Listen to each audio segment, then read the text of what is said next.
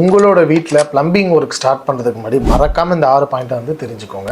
Store பண்ணி வைக்கிற தண்ணி பாசி பிடிக்காம யூவி ரேஸால் அஃபெக்ட் ஆகாமல் இருக்கணும்னா stainless steel water tank use பண்ணுங்கள். எந்த பைப்பை திறந்தாலும் ஃபோர்ஸாக தண்ணி வரணும்னா ப்ரெஷர் பம்ப் யூஸ் பண்ணுங்கள். நிறைய வீட்டில் பாத்ரூம் டேப்ஸாக இருக்கட்டும், ஷவராக இருக்கட்டும், எல்லாமே பிளாக் ஆகிருக்கும், ஸ்கேலிங் நிறையா நடந்திருக்கும். இதை அவாய்ட் பண்ணணும்னா வாட்டர் சாஃப்ட்னர் யூஸ் பண்ணுங்கள். ஒவ்வொரு பாத்ரூமுக்கும் தனித்தனியாக வாட்டர் ஹீட்டர் வைக்காமல் சென்ட்ரலைஸ்டாக ஒரு ஹீட் பம்ப் வச்சிங்கன்னா நீங்கள் நிறையா காஸ்ட்டை மிச்சம் பண்ணலாம். டேங்க்கில் இருக்கிற தண்ணி ஓவர் ஃப்ளோ ஆகாமல் இருக்கிறதுக்கு ஒரு automatic water level controller fix பண்ணிக்கோங்க.